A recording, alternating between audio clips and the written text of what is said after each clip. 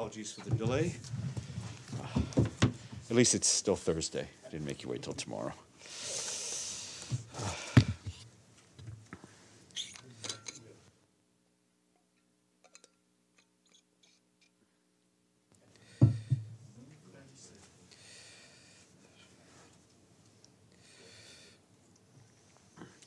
All right, good afternoon. I will start off with a statement.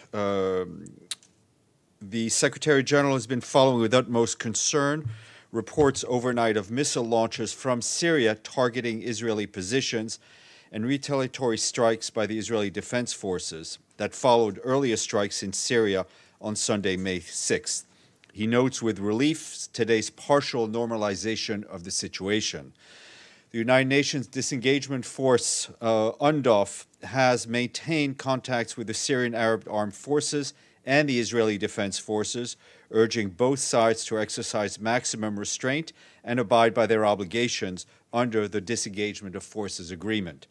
The Secretary General urges for an immediate halt to all hostile acts and any provocative actions to avoid a new conflagration in the region already embroiled in terrible conflicts with immense suffering for civilians.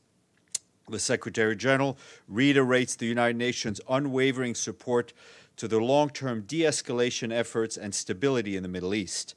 The United Nations will continue to advance and support all efforts aimed at further de-escalation in the region. In this context, the Secretary General reiterates that the conflict in Syria should be brought to an end with a political solution through the Geneva intra-Syrian talks as stipulated in Resolution 2254 of the Security Council.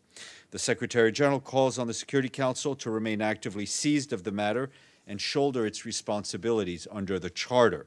He stands ready to work closely with all its members in this regard. Regarding the conflict or the clashes that happened last night between Syria and Israel, there were 4 fighters who violated Lebanese airspace during these clashes and fired rockets from over Lebanon, according to the Lebanese authorities and reports. Does the Secretary General have any stand against that? One more question is regarding the casualties. Israel did not declare any casualties on their side, which could mean that they have no casualties whatsoever. However, Syria has 3, and does the Secretary General has any feelings about those who were victims of these clashes? Look, on the issue of Lebanese airspace, we don't have any operational details that we can that we know of. So I can't certify what happened. You have UNIFIL there, yeah. They have not reported anything anything to us. As a matter of principle, and as the Secretary General's called for, we call on all to respect Lebanese sovereignty.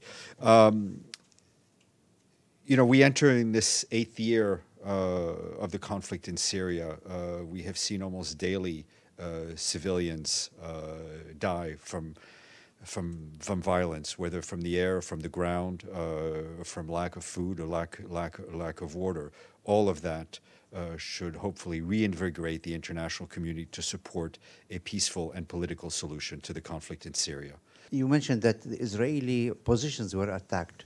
Were they in the occupied Syrian Golan, or were they in 1948 Israel? I would refer you to what I've just said. Well, if I had more details, I would share them with you. Yeah.